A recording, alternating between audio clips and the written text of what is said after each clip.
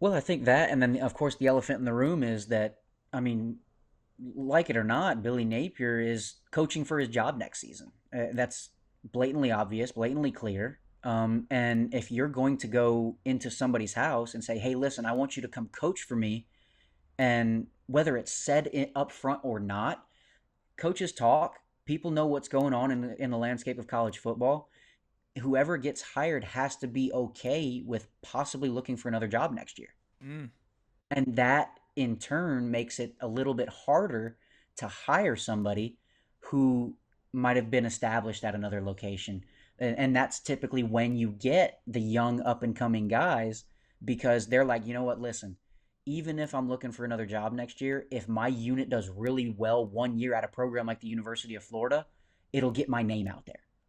And like I said, it's unfortunate to kind of talk about the possibility of Billy Napier not being here next year, but it's the reality of the situation, Yeah. and that definitely gets talked about in coaching circles. And there are a couple things to note there, right? So I think with that, the guys that are coming in, they're going to be bought in. They understand what's at stake, right? They're coming in with fire under their ass because they realize that I'm taking a massive risk here. Not only am I taking a risk because it's the opportunity to coach in a Power Five conference like the SEC, but the fact that this no matter how well I do, this still may not exist come next year. So we need to do extra good to make sure that hey, we can build what you're selling me right here. Another thing to think about too, like you were just talking about with Hugh Freeze, he has the ability to sell his dream a little bit more, so he could go get a splash higher because the dream is still in play, right? The Hugh Freeze is in no sign going anywhere, regardless of this season. It was a freebie this year. Billy, like you said, now is not. So maybe Billy, a little year too late. If that's the case, maybe he should have made some, bigger moves last year. Maybe should have not been so sold on his guys, but that's neither here nor there. To the Mark Hawk thing, when we had Nick Del Toro on, he felt that Mark Hawk was going to stay. And the reason being is because during the offseason, you pass your entire unit off to Mark Hawk. So it's an extension of yourself. And he's like, look, guys don't really fire strength and conditioning coaches because that's your ride or die right there. But people don't realize that that person is your, again, they carry you through the offseason. So this, in my opinion, out of all the hires, this is going to be the most important one of this offseason. D-line coach and cornerback coach, those are exciting and we want to know what they are. But I trust what Armstrong's able to do. I think if he can get guys that believe him, that'll be fine.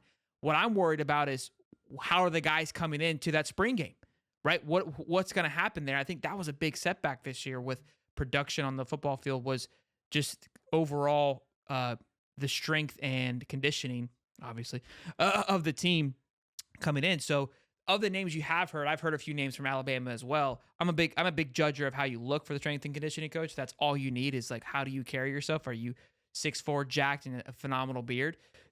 I mean, so you've crossed off like half the boxes at that point. You know what I mean? So I think those are huge criteria. From who I've heard, this person scratches checks all those boxes off.